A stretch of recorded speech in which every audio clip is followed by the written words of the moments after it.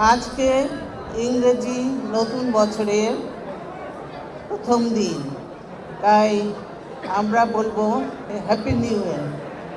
কাজে নতুন বছরটা শহীদ জিয়াউর রহমান কেন তোমাদের প্রতিষ্ঠা বার্ষিকী উপলক্ষে বেছে নিয়েছিলেন? নিশ্চয়ই তার মনে কিছু ছিল যে নতুন বছরে নতুন স্বপ্ন, নতুন আশা, নতুন উৎসাহ উদ্দীপনা নিয়ে তিনি দেশটাকে গড়ে তুলবেন।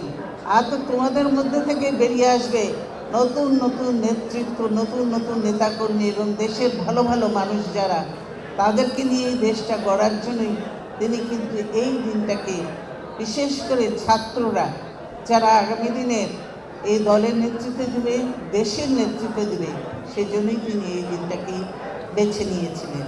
ডিসিপ্লিন না থাকলে কখনো কোনো কিছু করা যায় না। ছাত্র দলের এরা কি স্লোগান দিচ্ছে, ও গ্রামের মানুষও, আমাদের দেশের মানুষ কিন্তু আবার রাজনীতিটা, পলিটিক্সটা খুব ভালো বোঝে। তুমি কি বোঝাতে চাও? বলবে উত্তর উত্তর উত্তর, আরে দক্ষিণ দক্ষিণ দক্ষিণ। এটা কোনো স্লোগান হলো? তার মানে তোমরা শুধু স্বার্থটা বুঝো। তুমি দেখাতে চাও উত্তরে আমরা কতগুলো আছি, দক্ষিণের কতগুলো, এই স্বার্থ আমি দেখতে চাই না। আর এখানে কি অপোজিশন একটা বানিয়েছে এখন, একবার এটা তো সাহেব বিবি গোলামের কারবার হয়ে গেছে। ওনাকে আরেকবারের জন্য রাষ্ট্রপতি দেন, দিয়ে দেশটাকে একদম জাহান্নামে নিয়ে গেছে।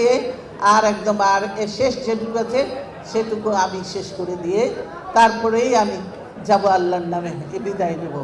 এখনকার দিনে এই যে এই স্বৈরাচার সরকার, এই আরেক স্বৈরাচার, ওই স্বৈরাচারের থেকে আরেক ডিগ্রি বেশি ক্ষমতা পাকাপোক্ত করতে চায়, প্রতিনিয়ত নতুন নতুন আইন পাশ করতে চায়।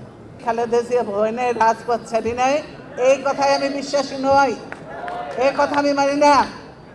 রাজপথে আমি কেন অনেককেই বলবো, আমার নেতাদেরও বলবো যে রাজপথে থাকার কথা থাকে নাই, রাজপথ ছাড়ি নাই বলে ভুল হবে।